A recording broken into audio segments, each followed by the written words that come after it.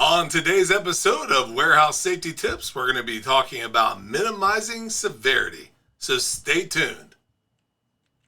Welcome to Warehouse Safety Tips. If you're a seasoned vodcast viewer, this vodcast is going to be different from most that you watch. It's based around exactly what the name implies, warehouse safety tips. And since the people in this industry are busy, we know that time is money, so each episode will be as short and to the point as possible. And now, with all that out of the way, let's get to the vodcast. On today's episode of Warehouse Safety Tips, we're going to be talking about minimizing severity and just a couple tips that are going to help you on your way to doing that. The very first thing that we want to talk about is something that we should be covering on every broadcast, and that is going to be training.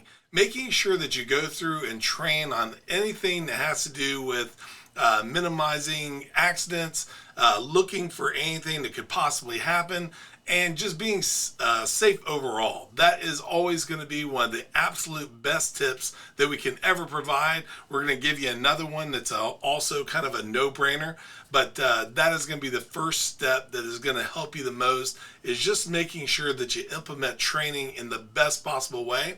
The next thing is going to be safety policies. Make sure that you go through and have the best safety policies in place, everything from personal protective equipment, which is also referred to as PPE, that you're always wearing it no matter what, even if the boss isn't around, even if it is a situation where you think you can get away with it, that you don't think you need it, always wear it, because it's the time that you think nothing's going to happen that it does.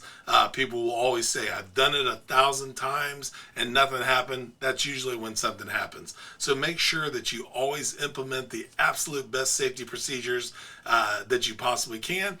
The next thing is going to be quality machinery and maintenance. Now, when we say quality machinery, we know that as a facility, you're not going to be bringing in what would be called bad machinery, but make sure that you are always keeping your machinery as upkept as possible. Make sure that all fluids that could possibly leak are being either contained or completely eliminated, that all safety procedures are implemented on it, that guards are on it, that you are doing everything as ergonomically fitting as possible, and that you are making sure that you are always keeping that machine and machinery as maintained as possible. The next thing is going to be a safety first culture. Kind of goes along with having a safety procedures, but this is more of always going through and checking for as many ways as you can to improve safety, to just make sure that everything is as absolutely safe as possible. That's the other no-brainer.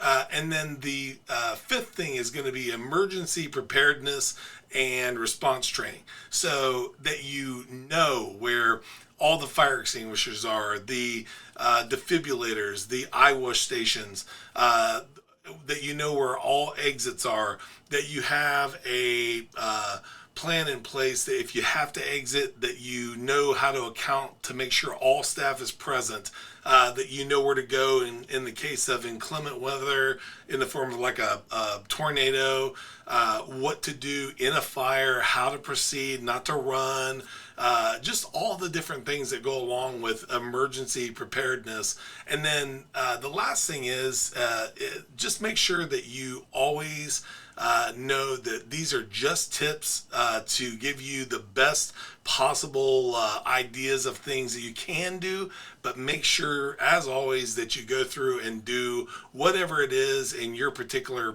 facility that are part of minimizing severity. So thank you very much for being part of another episode of Warehouse Safety Tips. We can't thank you enough. We hope that you have a great day, a safe day, and here is a word from one of our sponsors.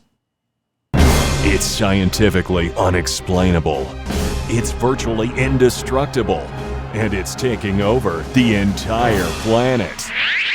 But in a really good way. It's Mighty Line Floor Tape, the most durable floor tape in the world. 7 times thicker than average floor tape. beveled to endure pounding warehouse traffic, and backed with a super strong peel and stick adhesive, so you'll never have to worry about painting shop floors again.